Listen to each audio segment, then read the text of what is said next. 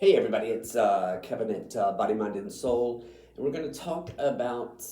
We've got a full moon, super moon, lunar eclipse coming in Pisces. This is going to happen on Tuesday. This is going to happen on September 17th. If you're in Central Standard Time, like we are here in Houston, it's going to be at 9:34 p.m. This is the chart. And as you see, we've got the moon right there at 25 degrees Pisces, and then across the way, of course, the sun is at 25 degrees Virgo opposite. And that's always what a full moon. Full moons happen every month, and it's going to be when the sun and moon are in opposite signs at the exact same degree. And so for this particular full moon, moon at 25 Pisces, that means the sun's at 25 degrees Virgo. Now, what do we have here? In astrology, the moon represents our feelings and our moods. So when the moon is full, our feelings and moods tend to be amplified, okay? Sometimes we can feel like we're being overwhelmed by our emotions during a full moon. Full moons can create a sense of tension and instability. We can feel like we're being pulled in two different directions.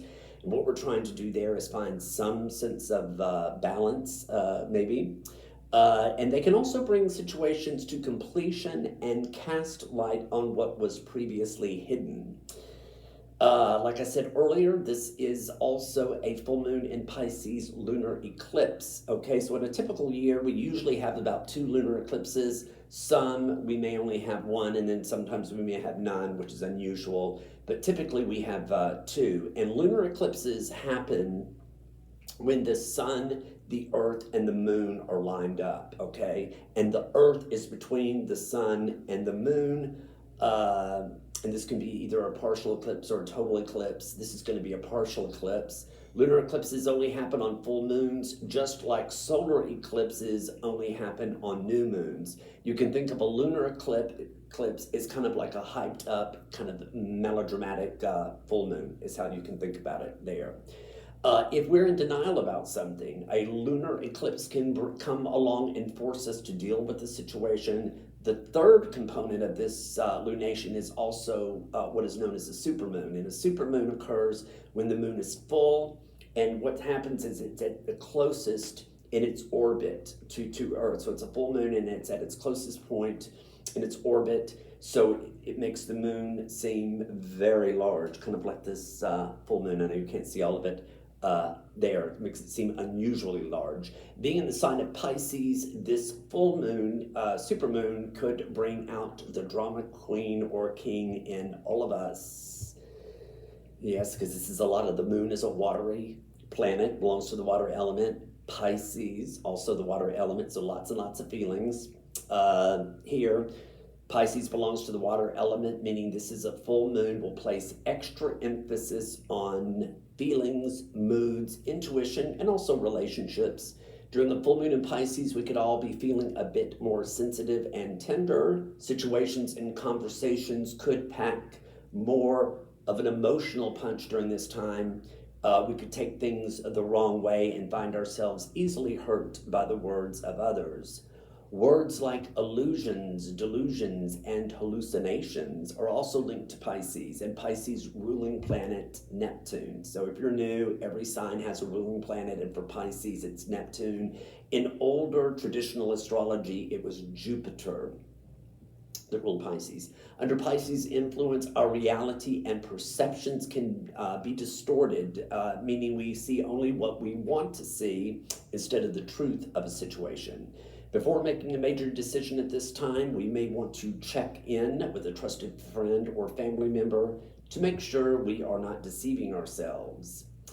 Now, Neptune plays an important role in this full moon, because not only is it the ruler of Pisces, but it's not exactly conjunct, but it's only 3 degrees away from this moon. So Neptune is currently at 28 Pisces, and the moon will be at 25, so that's pretty close.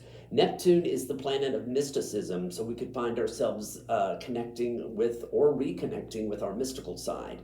We connect with our mystical side when we pay attention to the coincidences happening around us. We see life through our third eye, okay? So when we have a third eye perspective of things, that means we have a higher, more evolved spiritual or deeper perspective of what's going on. If you've ever studied or read the spiritual text, A Course in Miracles, they define a miracle as a shift in our perception. So if we're seeing a person or a situation, we don't like what we're seeing, we ask for a miracle, and what that means is we're asking the universe to please help us shift our perception of this person or this situation. I rather liked that definition of miracle when I learned that years ago. We pay attention to the signs and symbols the universe sends our way, okay, when we reconnect with our mystical side. When we get tangled up in the dramas of the material world, we learn to surrender, and surrender is a key word for Neptune and Pisces.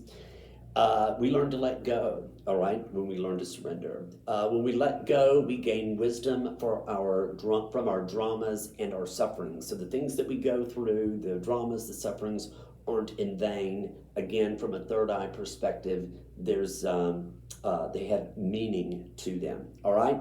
And if you're into stones, I would say, of course, amethyst is always really great for Pisces, Neptune, but I would also say labradorite. We use that or recommend that a lot here at the store if you're a psychic sponge, if you're a person, and this could really amp that up on a full moon in Pisces.